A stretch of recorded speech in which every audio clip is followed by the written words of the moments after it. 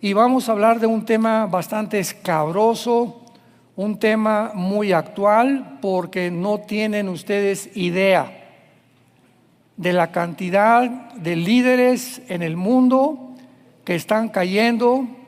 Como decía hace muchos años, el único deportista que ganó una medalla de oro en clavados en México, Joaquín Capilla, 1952, ya llueve, ¿verdad?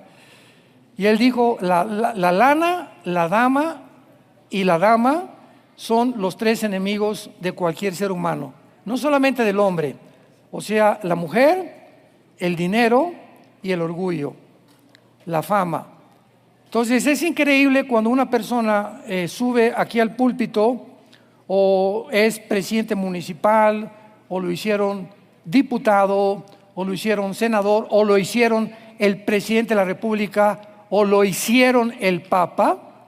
En el momento de sentarse en el trono, el poder nos comienza a descomponer. Una persona puede haber sido toda su vida una persona honesta, etcétera, etcétera, pero cuando tú le das poder a una persona, en ese momento descubres claramente el carácter de esa persona. Muy bien. Vamos a hablar acerca del análisis de la apostasía y vamos a ver en primer lugar que la Biblia dice claramente en 1 Timoteo 4:1.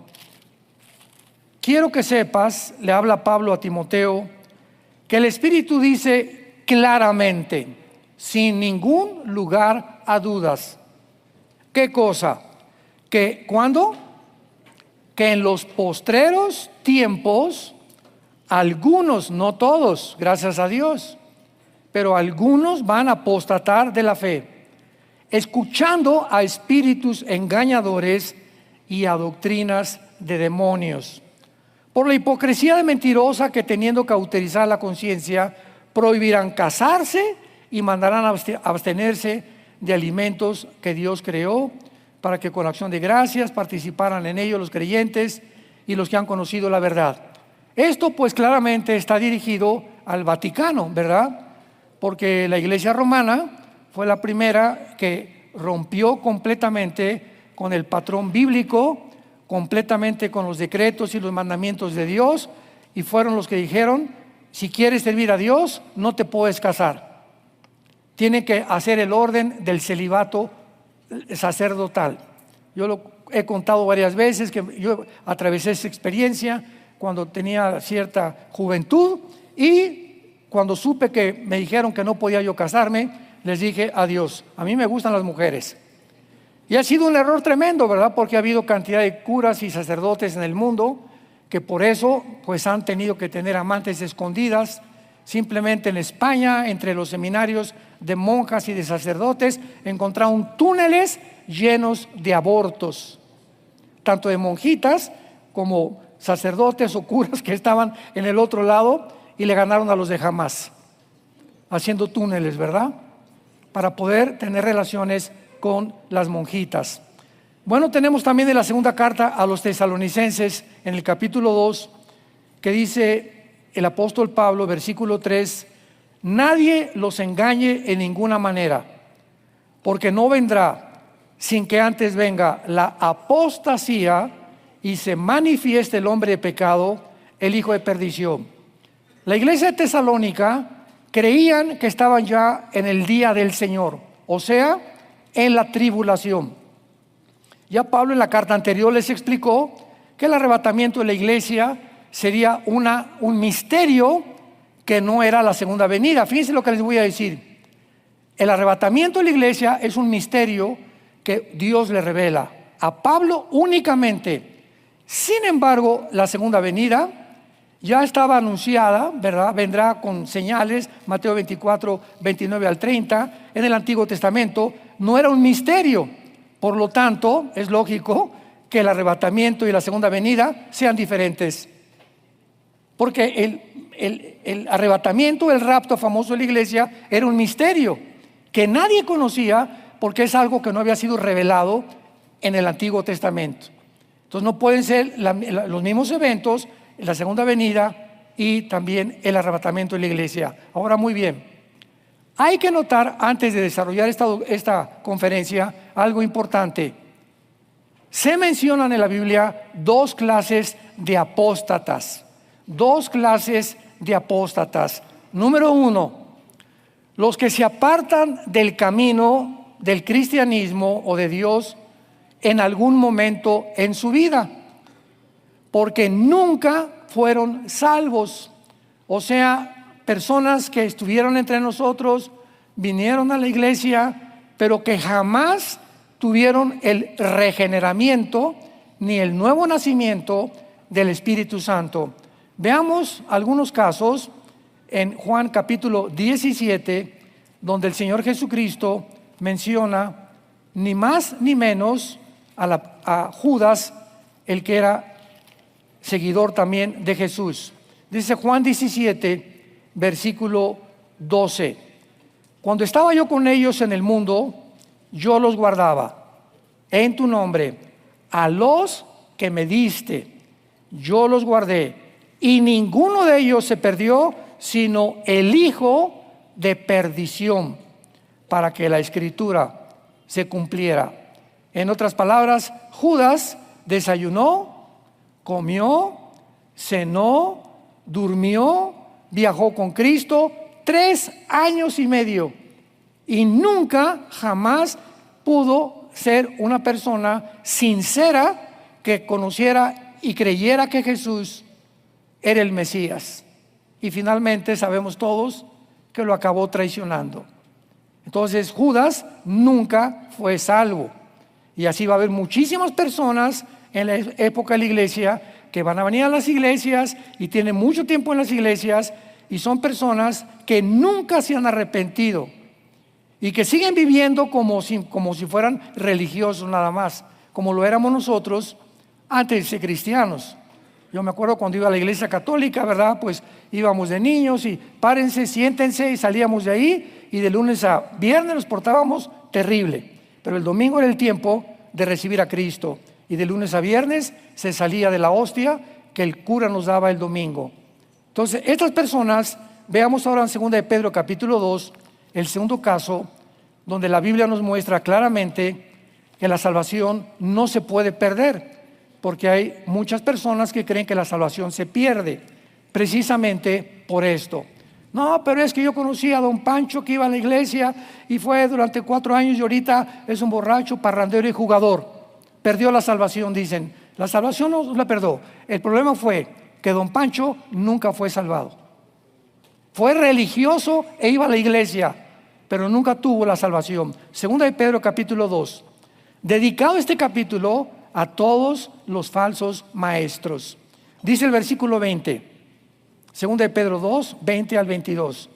Ciertamente, si habiéndose ellos escapado de las contaminaciones del mundo, por el conocimiento del Señor y Salvador Jesucristo, enredándose otra vez en ellas, son vencidos, su postrer estado viene a ser peor que el primero.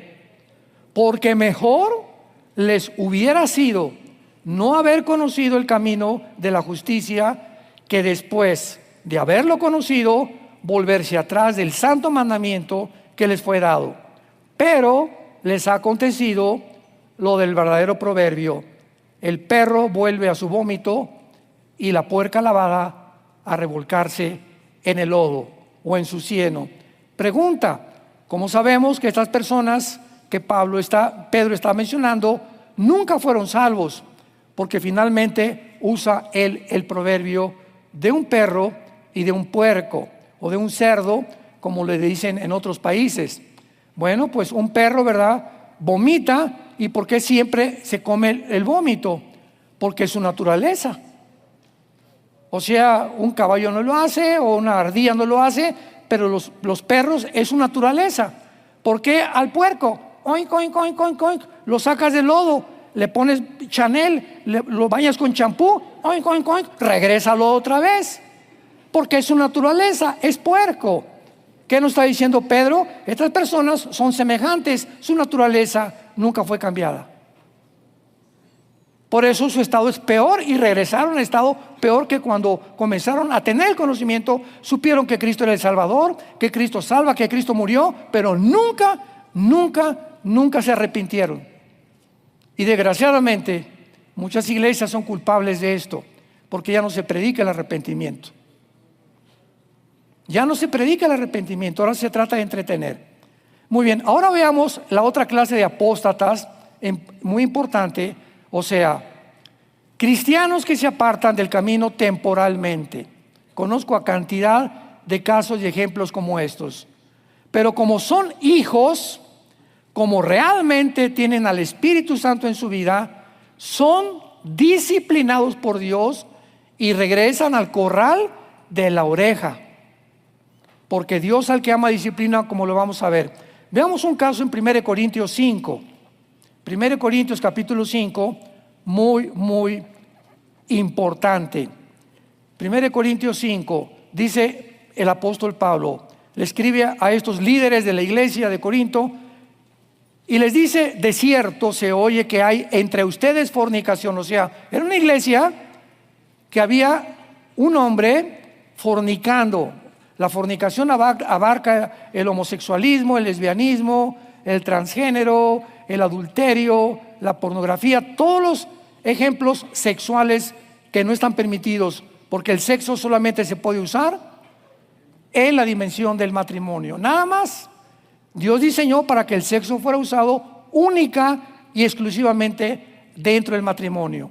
Fornicar es, ya casado, irte con otra mujer o con otro hombre, o de joven, tener relaciones sexuales con tu novio o con tu novia. Eso se llama fornicar. Entonces, en esta iglesia había fornicación. Supieron y le mandaron a Pablo, ¿verdad? Familias, oye, aquí hay alguien en la iglesia que está viviendo o que tiene relaciones sexuales con su madrastra o con una señora de la iglesia. Y Pablo se enoja y les dice: tal fornicación, cuando ni aún se nombre entre los gentiles, tanto que alguno tiene la mujer de su padre. Con su propia madrastra alguien estaba fornicando. Y ustedes, les escribe Pablo, están envanecidos. ¿No debieran más bien haberse lamentado para que fuese quitado de en medio? Vean la disciplina de Dios. A esta persona la deberían haber sacado de la iglesia. De vosotros el que cometió tal acción.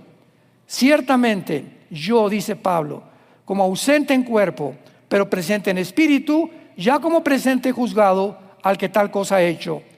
En el nombre de nuestro Señor Jesucristo, reúnanse ustedes y mi espíritu con el poder de nuestro Señor Jesucristo, y el tal sea entregado a Satanás para destrucción de la carne, a fin de que el espíritu, ¿qué cosa?, sea salvo en el día del Señor Jesús. La orden que tenían los líderes de esta iglesia es: esa persona, quítenla de en medio, sáquenlo de la iglesia, y el momento en que alguien sale fuera de la iglesia, queda en manos de Satanás.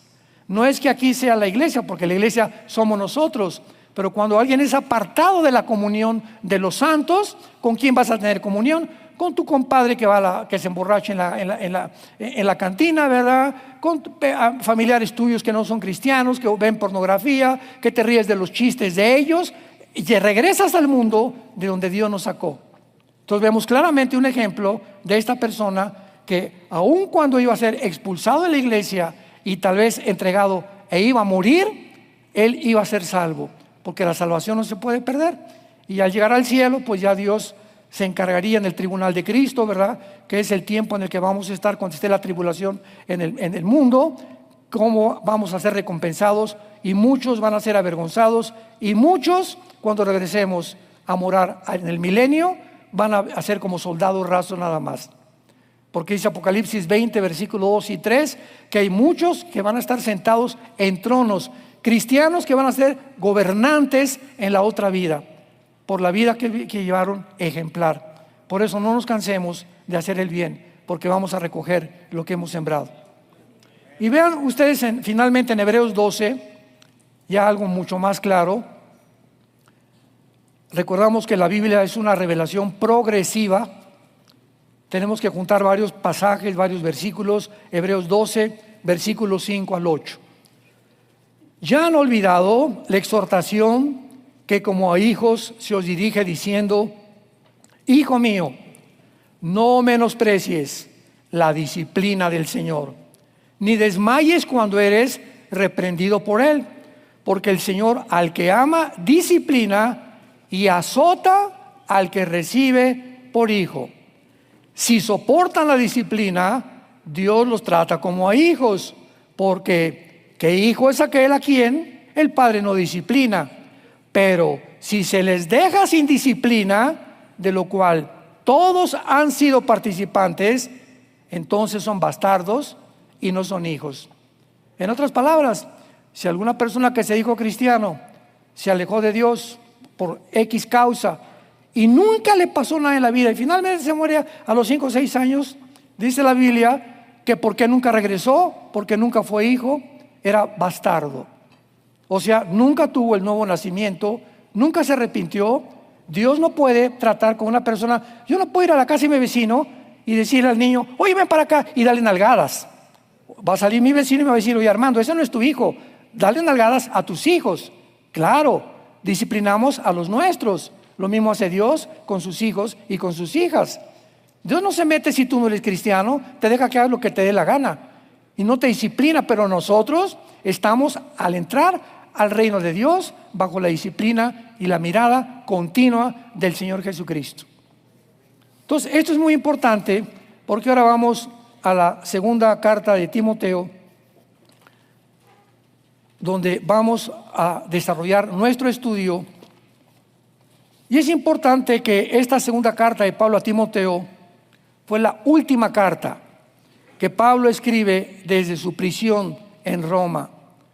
Pero al contrario de la primera carta a Timoteo, en la cual le provee de instrucciones para saber cómo pastorear una congregación local, su enfoque en la segunda carta fue la fidelidad personal que Timoteo debería de mantener como todo ministro de Jesucristo. Pablo urge aquí a Timoteo a no desmayar, a permanecer firme en medio de la persecución en que se encontraba la iglesia en tiempos del emperador Nerón. Pablo le dice, ¿verdad?, y exhorta en el capítulo 1 a guardar lo que él había aprendido. En el capítulo 2 a permanecer como obrero fiel que traza la palabra de verdad.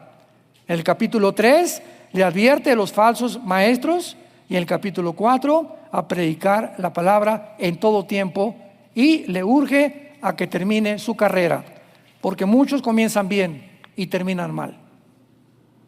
Entonces no es como comenzamos, es como cuando una persona, vean este ejemplo, llega con el juez: a ver, tráigame al Pitirijas, Tijas, Cuijas. Pitirijas, tienes 50 años de prisión. ¿Por qué? Porque mataste ayer a una persona o hiciste un crimen espantoso.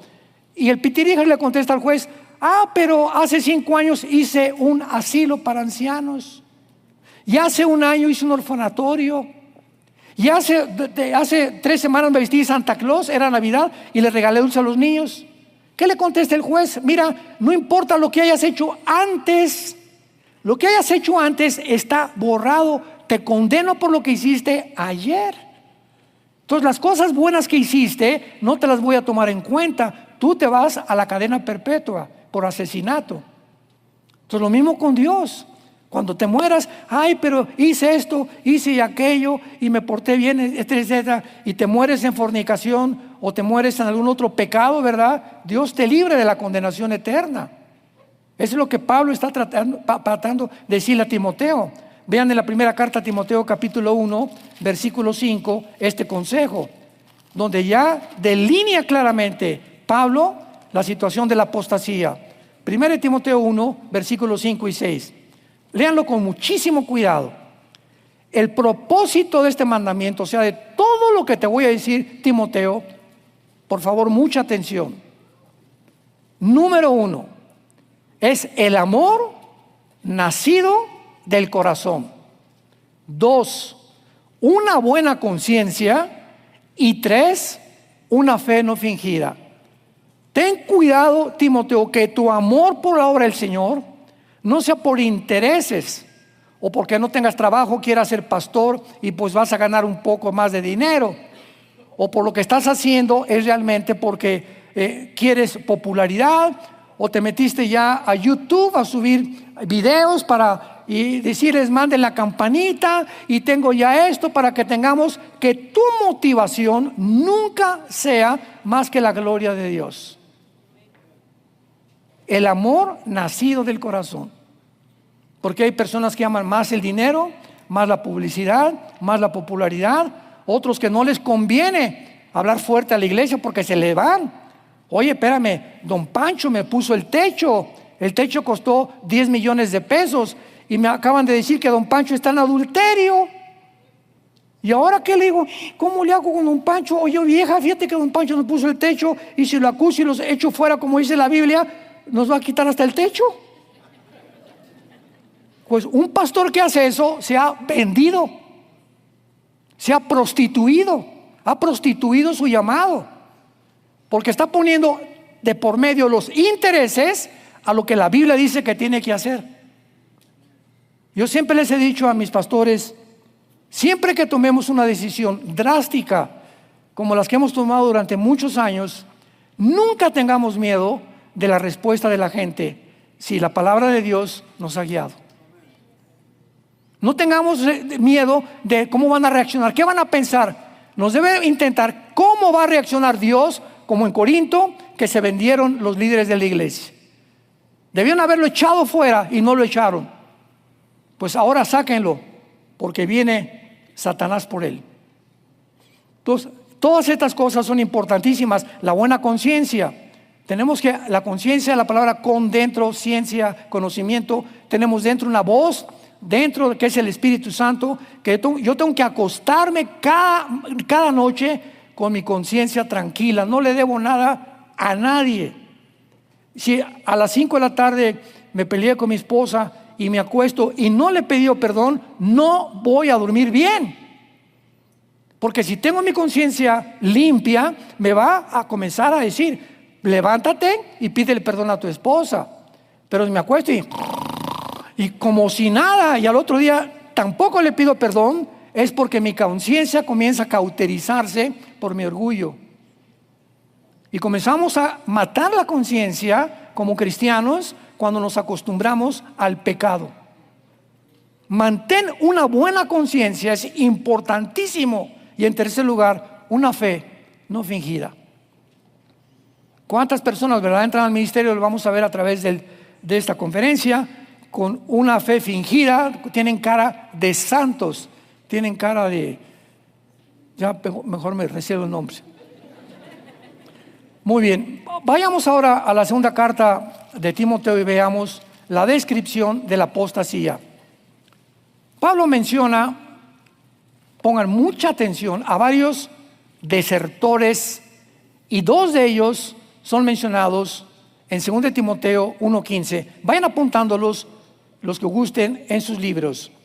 El capítulo 1, versículo 15 dice: ya sabes esto, que me abandonaron, o sea, apostataron todos los que están en Asia, de los cuales son Figelo y Hermógenes.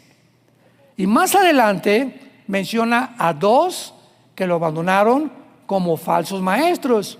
Capítulo 2, versículo 17 y 18. 2 más, van a ser 3 ya. Su palabra carcomerá como gangrena, de los cuales son Himeneo y Fileto, que se desviaron de la verdad, diciendo que la resurrección ya efectuó, y trastornan la fe de muchos.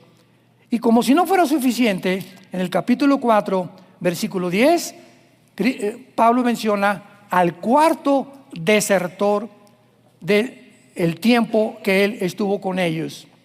Porque Demas me ha desamparado, amando este mundo. Se ha ido a Tesalónica, Crescente fue a Galacia y Tito a Dalmacia. Vemos pues nosotros que Figelo, Hermógenes, Himeneo, Fileto y Demas eran hombres con quien Pablo había invertido tiempo, había sido su maestro y esfuerzo, habían sido compañeros de él, suyos en el Evangelio. Muchos viajaron con él y eran algunos líderes de la iglesia primitiva. Timoteo conocía a todos estos hombres porque trabajó cerca de muchos de ellos, por lo que ha de haber sido muy triste para Timoteo la noticia. Hijo, ¿te acuerdas de esta persona? Y te acuerdas, pero ¿cómo viajé con él y predicó y hizo estudios? Ha abandonado el camino de la salvación, ha abandonado el camino de la verdad. Pablo escribe esta carta a Timoteo para fortalecerlo en su fe y exhortarlo a que no siguiera el peligroso camino de la apostasía como estos hombres lo habían hecho. En pocas palabras, Pablo le decía a Timoteo: no sigas a hombres como Figelo y Hermógenes, que se avergonzaron del Evangelio. ¿Cuántos, verdad, líderes están con políticos o están con personas importantes o con tus suegros, con la familia en Navidad y se avergüenzan del Evangelio? Ni siquiera dan un mensaje en Navidad, ni testifican a su compadre o a su jefe de trabajo. Se avergüenzan del Evangelio y poco a poquito, sin que te des cuenta, te vas a ir deslizando como un barco cuando está amarrado en un muelle. Sueltas las amarras al bastión donde está amarrado el barco, y el barco, ¿qué va a pasar cuando venga el viento? Se comienza a ir hacia mar adentro. Así a muchos se sueltan las amarras de la palabra de Dios sin que te des cuenta, te comienzas a deslizar, y cuando es demasiado tarde va a ser muy peligroso para tu vida. No sigas el camino de Himeneo y Fileto, que se apartaron de la verdad y tropezaron a muchos. Se apartan de la verdad, comienzan a predicar cosas que no están en la Biblia, o si están en la Biblia las comienzan a torcer y las comienzan a malinterpretar. Y en último lugar, no imites el compromiso de Demas, que desertó porque amó más el mundo. Unos se avergüenzan por el Evangelio y apostatan, otros se apartan de la verdad y otros aman más el mundo. Un clásico ejemplo, la esposa de Lot. ¿Se acuerdan? En el capítulo 19 del Génesis, cuando los ángeles llegaron a Sodoma, le dijeron a Lot: ve con tu familia, córrale, sálganse, porque Dios va a destruir Sodoma y Gomorra. Y por favor, les hizo una recomendación el ángel: cuando vayamos huyendo y saliendo de Sodoma, no vuelvan la cabeza hacia atrás, no volteen a ver lo que está allá atrás. Pues la mujer de Lot desobedeció al ángel y volteó cuando estaba la destrucción y se convirtió en una estatua de sal. ¿Por qué? Porque la esposa de Lot amaba más el mundo.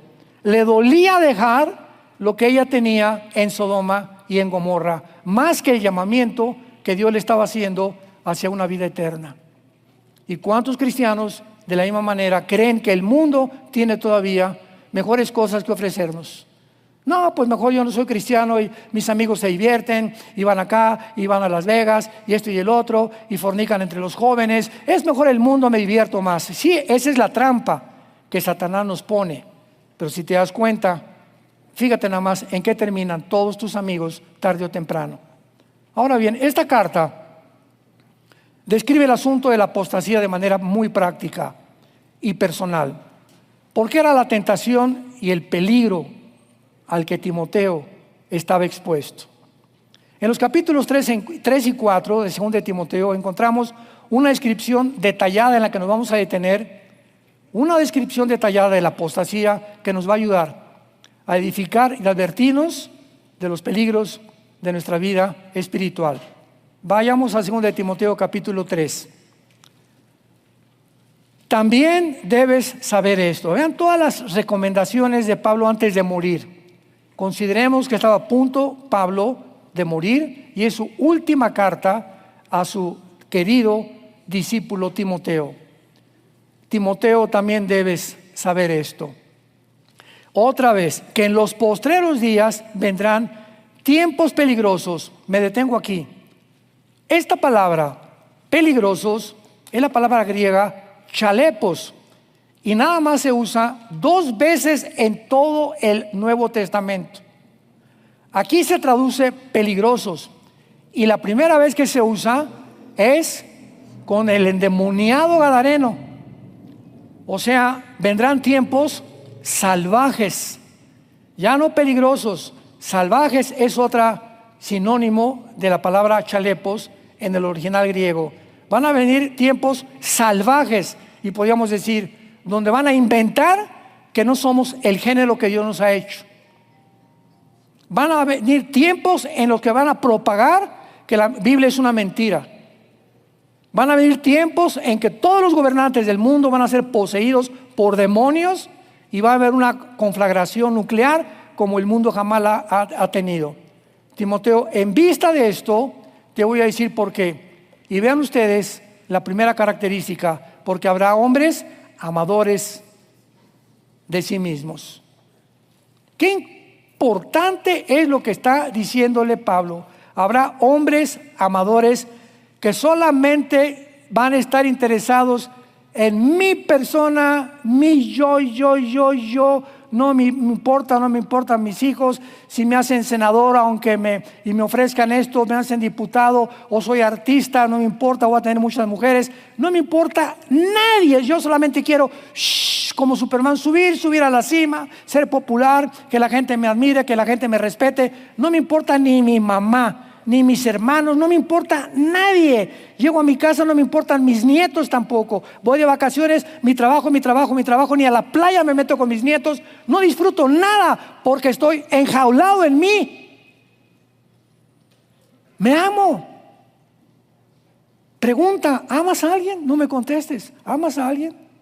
¿Hay alguien en tu vida en la que estás dispuesto a sacrificarte por ella o por él? ¿Tienes algo en la cual puedes decir: me cuesta trabajo amar a mi esposo, a mi esposo, pero voy a anteponer lo que yo siento? La palabra me dice que mi esposa es mi esposa y tengo que estar con ella, y voy a sacrificarme, y voy a ayunar, y voy a pedirle a Dios que haga un milagro, porque no creo en milagros, para que me casé. Pero cuando amo más mis placeres y mi conveniencia en lugar que mi matrimonio, es cuando estoy apostatando. ¿Por qué? Porque me amo a mí. Mentiras que amo la obra de Dios, mentiras que amo la iglesia, mentiras que hablo a mi familia. Y en la carta que acabamos de leer nos damos cuenta, ¿verdad?, claramente, que siempre la raíz se encuentra cuando comenzamos a perder el temor de Dios. Salmo 25, versículo 2. Vamos a comenzar desde ahí. Y vamos a especificar qué es el temor de Dios. Salmo 25, 12. ¿Quién? Vean la pregunta. ¿Quién? Desde el cielo está Dios interrogando. ¿Quién es el hombre que me teme? ¿Quién? Porque a él le voy a enseñar el camino que ha de escoger. Yo te prometo, dice Dios, que si tú eres un hombre que me temes, te voy a mostrar con quién casarte, qué trabajo vas a tener, cómo te veré en la vida. Voy a dirigir tu vida. Él enseñará el camino que hay que escoger. ¿Qué es el temor de Dios? El temor de Dios, hay muchas definiciones. Esta es la que más a mí me ha gustado. El temor de Dios es la conciencia continua que yo debo de tener, que Dios me está observando. Que Dios me está observando las 24 horas del día. En otras palabras, si yo me meto y me voy a un viaje a un hotel y prendo el canal para ver pornografía, ¿por qué estoy sintonizando la pornografía o en mi casa cuando nadie me ve? Porque nadie me ve y se me olvidó. ¿Qué cosa? Que Dios sí me ve. Entonces, ¿cuántos seres humanos hacen lo que hacen porque creen que Dios no los ve? Porque si creyeras que Dios te ve, no harías lo que haces cuando estás solo o cuando lo haces a escondidas. Es lógico. Si realmente tememos el temor de Dios, no haríamos lo que hacemos cuando nadie nos ve.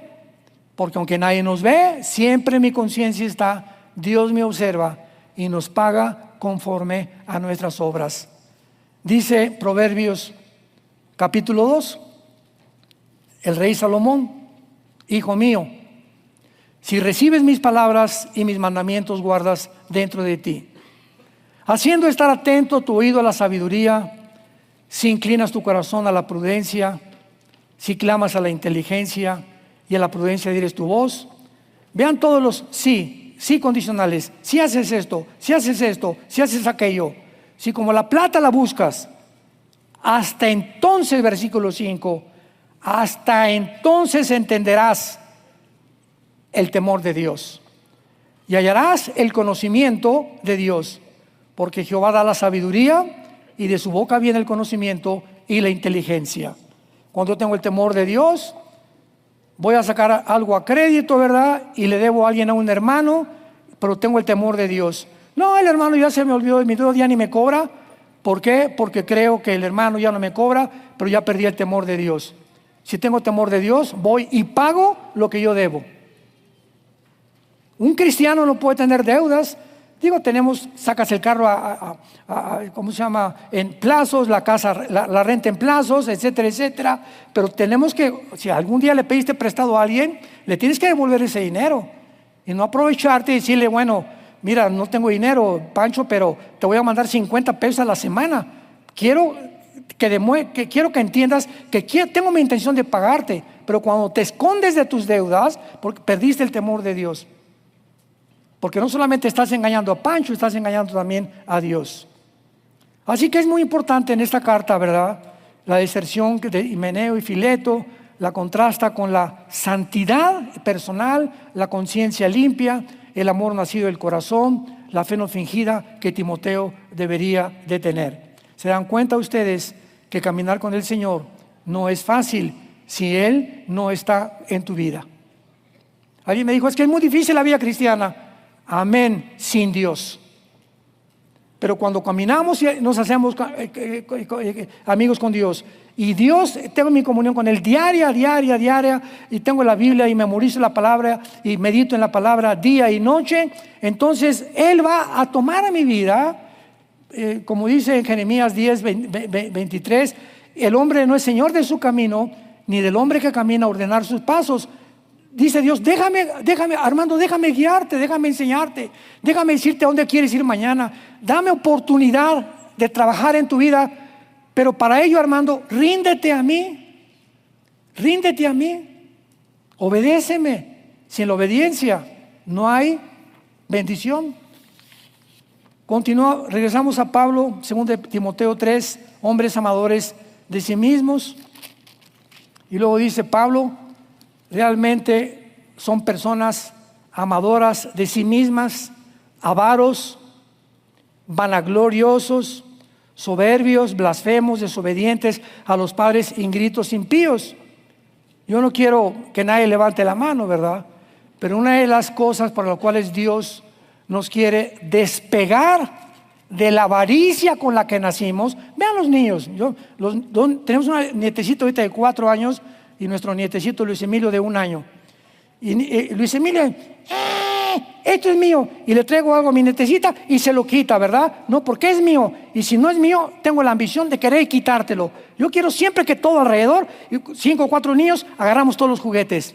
Desde que nacemos, estamos ambicionando controlar. Y cuando nacemos con esa tendencia, llegamos al cristianismo. Cuando estábamos en la iglesia, dábamos limosnas, ¿verdad? ¿Se acuerdan? Echábamos un peso ahí en la iglesia católica, la religión que íbamos, etcétera, etcétera. Y cuando venimos a Dios, ya vemos que ya no es el diezmo. El diezmo es del Antiguo Testamento. Ahora dice 2 Corintios 9, cada quien dé conforme a lo que naces en tu corazón. Dice Dios, mira, ya no te voy a decir cuánto me des, te lo voy a dejar a ti, porque en la medida en la que tú me des, vas a medir tu termómetro espiritual conmigo. Y una de las cosas más horribles que hay en Latinoamérica, lo tengo que decir, es la avaricia.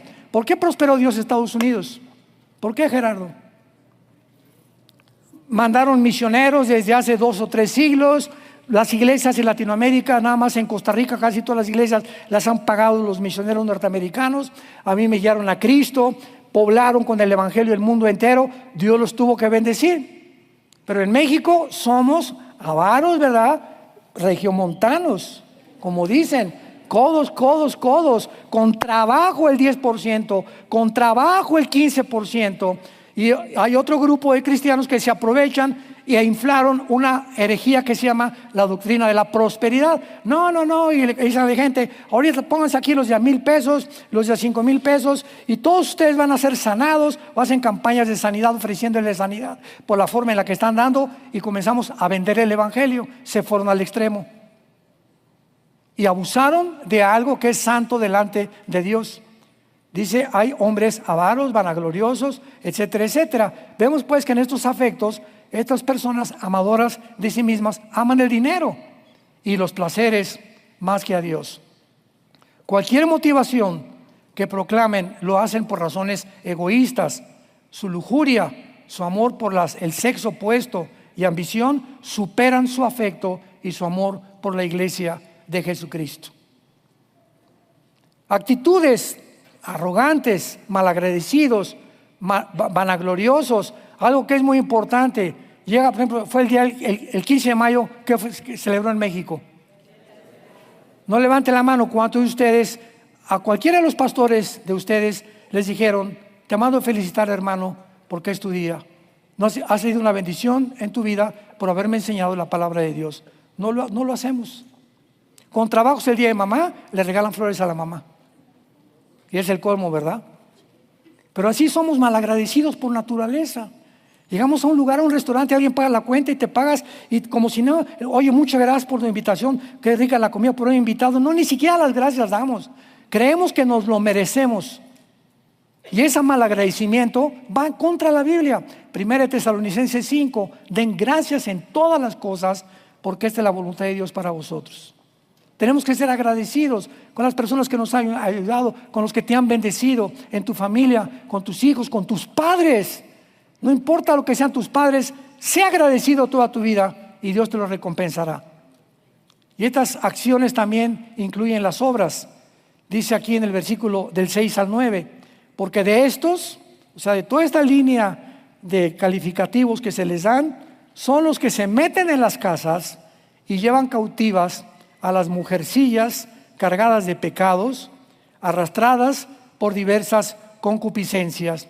Vemos aquí, ¿verdad?, que tienen como blanco estos falsos maestros, falsos líderes, hombres corruptos, pederastas, lujuriosos. Tienen como blanco a las mujercitas pecadoras que andan buscando ser libres de culpa, como también de continuar su vida de placeres, y se aprovechan de ellas. ¿Cuántas niñas no tienen trabajo, no tienen, y luego las secuestran, las ponen a la prostitución, precisamente porque andan buscando ese tipo de cosas y se dicen cristianos? Ya no quiero nombrar personas que conozco yo que fueron capturados, están ahorita en la cárcel en Estados Unidos porque tenían iglesias y las dedicaban al tráfico de niños. Hay de todo en la iglesia, hay de todo. Cristo tuvo a un Judas. Entre nosotros no todos tienen cara de San Anselmo. Y el versículo 6 lo dice, ¿verdad? Y el versículo 7, están siempre aprendiendo y nunca pueden llegar al conocimiento de la verdad. Bajo el engaño de guiarlas a Cristo, agarran hombres a muchachitas, a jovencitas, el mensaje de los falsos maestros atrapa a las víctimas en esclavitud espiritual, porque en lugar de hacerlas libres, las esclavizan aún más, las hunden más en el pecado. Ten cuidado de todos ellos. Y finalmente, se nos dan algunos consejos para la apostasía. ¿Y cuáles son los remedios que tenemos para la apostasía? Dice la Biblia, versículo 10, pero tú has seguido la doctrina, conducta, propósito, fe, longanimidad, de amor y paciencia. Pablo comienza entonces a decirle a Timoteo las características y los consejos que él debería de tener. En otras palabras, el remedio para la apostasía, número 1, es la palabra de Dios. De día, Josué, y de noche. A ver, Josué, abre los oídos. De día y de noche. Yo nomás a las 12 del día, Señor, dice de día y de noche. Yo nomás en la noche leo la Biblia, Señor, dice de día y de noche, que la canción. Es que yo nomás hago la Biblia a las 3 de la tarde. Bueno, pregunta, ¿eres cristiano? Sí. ¿Crees la Biblia? Pues tienes que creerla. ¿Por qué no lo obedeces? ¿Por qué no lo obedeces? Te estás engañando. De la boca para afuera dices que crees, pero no obedeces lo que la Biblia dice. Josué, si tú lo haces de día y de noche, Josué, te voy a dar una promesa: todo lo que hagas va a prosperar. Levántate en la mañana, lávate los dientes, la cara si quieres, ven a la palabra, a los salmos, léela, memoriza, guárdala en tu corazón, ábreme tu corazón. Señor, bendíceme hoy. Voy a llevar a mi escuela a los hijos, bendícenos en el camino. Comienza a tener una amistad con Dios. Antes de acostarme de las noticias y de todo, me acuesto con la Biblia, abro la Biblia y comienzo a tener un contacto con Dios. Si tú haces esto, nunca apostatarás de la fe.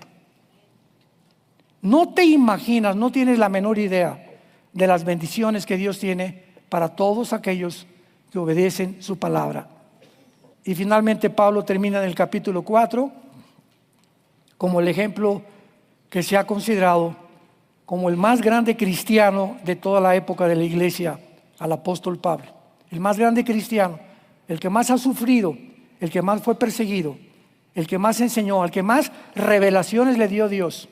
A él se le reveló el rapto, nada más a él, ni a Pedro, ni a Santiago, ni a Judas, ni a ningún otro, solamente a Pablo. Y antes de morir, a Pablo en Roma dice: he peleado. Versículo 6, estoy para ser sacrificado. Y el tiempo de mi partida, vean lo que le llama Pablo a la muerte. Voy a otro lugar. Qué preciosa forma de morir en paz. No tengo miedo a la muerte. Simplemente voy a cambiar de residencia.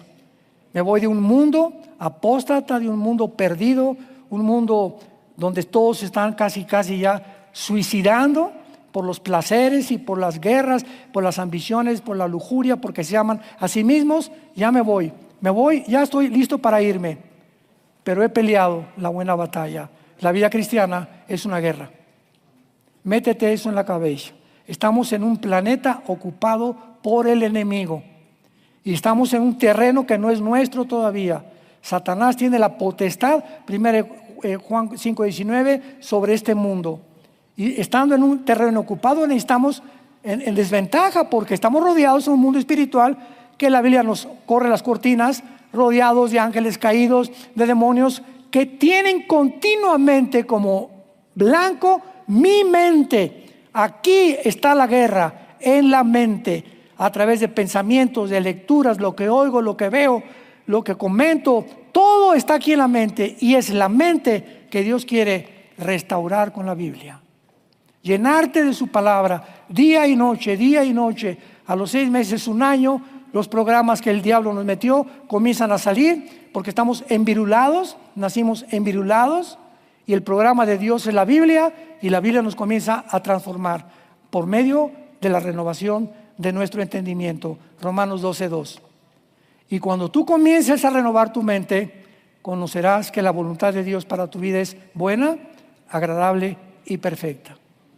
Que el amor de Dios es inmensurable, porque en esa cruz Cristo nos demostró cuánto nos ama Dios. Si alguien quiere conocer cuánto te ama Dios, abrió sus brazos en una cruz y te dice en esta tarde: te amo. Y tú tienes abajo en la tierra que pelear. No te escondas en una trinchera, toma la espada del Espíritu, ponte el casco de la salvación, el escudo de la fe.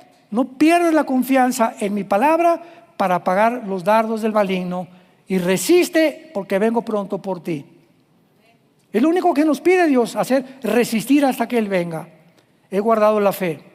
Por lo demás, me está guardada la corona de justicia, la cual me dará el Señor, juez justo en aquel día, y no solo a mí, sino a todos los que aman su venida. Estos últimos meses le he preguntado a todos los cristianos casi con los que me he encontrado, en mis viajes, en el avión, etcétera: oye, ¿te gustaría que viniera Cristo? Y la mayoría me han dicho: no, yo quisiera tener hijos, hermano, y me quisiera casar todavía. O sea, todavía creen que hay cosas mejores que cuando venga Jesucristo. Decimos en mi tierra: chamacos babosos. Usando la expresión, ¿verdad? Yo soy de Oaxaca. Entonces, qué increíble es que podamos nosotros llegar a pensar eso, ¿no? Como la esposa de Lot. Y Pablo no, todos los que aman la venida, yo, todas las noches, yo creo, Señor, a lo mejor vienes hoy en la noche por mí. Señor, yo le digo a Dios, siempre le pido a Dios, me está escuchando, sabe que estoy diciendo la verdad. Siempre le pido a Dios, Padre Santo, yo te pido que si vienes hoy, nos lleves a todos. No me lleves a mí nada más, que vengas por nosotros todos, que seamos la generación de la higuera, los que no vamos a gustar la muerte. Pero te estamos esperando, Jesús. Le digo todos los días, Jesús, ven pronto por nosotros. Porque amo que Él venga ya y nos saque de este mundo. Pero mientras estamos aquí, prediquemos la palabra de Dios con la pasión del Espíritu de Dios. Oremos. Te damos gracias, Padre. Todos queremos expresar estas palabras del apóstol Pablo antes de morir. Pablo murió con un amor no fingido. Verdaderamente Pablo amó a Dios. Y él estuvo dispuesto a pagar cárceles, persecuciones, traiciones, maldiciones, malos tratos, porque te amaba. Y nos dejó también grabadas sus palabras diciendo: de ninguna cosa hago caso, ni estimo preciosa mi vida con nadie, con tal de que acabe la carrera que Dios me ha llamado. De ninguna cosa hago caso. Padre, te damos gracias porque nos has llamado con un llamamiento santo, y gracias también porque nos has hecho renacer para una esperanza viva por medio de la resurrección de Jesucristo de entre los muertos, a una herencia incorruptible, y porque todas las cosas que pertenecen a la vida y a la piedad ya nos las diste por medio del conocimiento sagrado de Jesucristo, para que participemos de tus promesas y de la naturaleza divina que tenemos en nuestra vida por tener la persona de Jesús en nuestro corazón. En esta noche, en esta tarde, si tú eres un pastor o no eres pastor, quiero decirte algo: eres el pastor de tu casa, y te hablamos a ti también como jefe de familia para que tomes la responsabilidad delante de Dios y les dejes a tus hijos el más grande ejemplo que les podamos dejar. Que al morir nuestros hijos puedan decir: mi padre no me dejó una casa tal vez, ni me dejó una herencia, pero mi padre me enseñó a confiar en Jesucristo, y si morimos con esa confianza, que nuestros hijos mueren con Cristo, morimos tranquilos, porque sabemos que Él nunca, nunca, nunca los va a dejar, ni los va a abandonar. Gracias, Padre, por esta herencia preciosa que tenemos en ti. Y en esta noche, los que no tengan a Jesús, dile en tu corazón: Señor, te necesito. Creo que en esta cruz pagaste por mí. Ya no quiero seguir viviendo en pecado, y reconozco que yo no tengo el poder para poder dejar el pecado. Por eso vengo a ti, para que tú entres a mi vida y me des ese poder y me ayudes a cambiar mi manera de vivir, porque quiero ahora vivir la corta vida que me queda para conocerte, servirte y adorarte en espíritu y en verdad. Porque te doy las gracias por esa sangre hermosa que derramaste y por tu resurrección de entre los muertos. Te lo pido en el nombre de Jesucristo. Amén. Preciosa Biblia, maravillosa palabra de Dios. Los cielos pasarán, pero la palabra permanecerá. Ahorita todo se está derrumbando: el comunismo, la ideología, las monarquías, la democracia, el capitalismo, todo a nuestro alrededor se está derrumbando, todo, las religiones. Y nunca como antes, la verdad inconmovible que nos sostiene, la Biblia, con los principios más profundos de ética y de moral que Dios nos deja como seres humanos para vivir y conocer lo que es verdaderamente vivir para Dios. Qué maravilloso que tú puedas en esta noche haber aceptado a Jesucristo en tu corazón. Y antes de retirarnos, simplemente te doy 3 consejos rápidamente. Número 1, si tú invitaste a Cristo esta noche a tu vida, llegando ahorita a tu casa, tal vez por primera vez, Si quieres hincado o sentado en tu cama, comienza a platicar con Dios. Comienza a orar. Orar no es rezar. Rezar es, Padre nuestro que estás en los cielos, Santa María, Madre de Dios. Esos son rezos. Que mejor compre un perico, ¿verdad? Y que lo diga por mí y Dios me oye. Es decirle, Padre, en esta no sé qué ha sucedido, pero yo me acuerdo que fue lo primero que le decía a Dios. Oye, me decían Armando, que ya no quieres ser guerrillero, que ya no eres ateo. Miren, no puedo decirles nada. Una cosa les digo, que Jesús vive en mí. Descubrí que Jesús vive. Ese es el testimonio con el que comenzamos. Él vive y ha entrado a mi corazón. ¿Quieren saber más? Les decía, vengan, acompáñenme a la iglesia. Y oigan al pastor, el domingo va a predicar también él. Entonces comienza a orar, Padre, ahorita en la noche, antes de cenarte el pozole y las pizzas, Padre, por primera vez agarras a tu esposa, a tus hijos, gracias por este pozolito, por esta, iba a decir caguama. Poco de humor, ¿verdad? No, de ninguna manera. Gracias, Señor, en el nombre de Jesús. Y siempre es en el nombre de Jesús. ¿Cuándo distingues a un cristiano de un religioso? El religioso, vean en el cine, gracias por estos alimentos, amén. Cuando dicen en el nombre de Jesús, solamente los cristianos. Número 2, dedica tiempo a la Biblia. Y número 3, platícale a alguien, tal vez hoy en la noche, agarré el teléfono, mamá, ¿qué crees? Fui a una conferencia y he descubierto, nada más dile eso, que Jesús vive. ¿Cómo, mijito? ¿Qué estás diciendo? O a tu novia, o a tu suegro, o a tu tío, o a tu hermano, ¿qué crees? Que esta noche he descubierto que Él vive. Es lo único que te puedo decir. Quiero saber más de Jesús y he decidido seguirlo. Y muy pronto nos veremos todos nosotros allá arriba, dándole gracias por tan grande sacrificio. Que Dios los bendiga.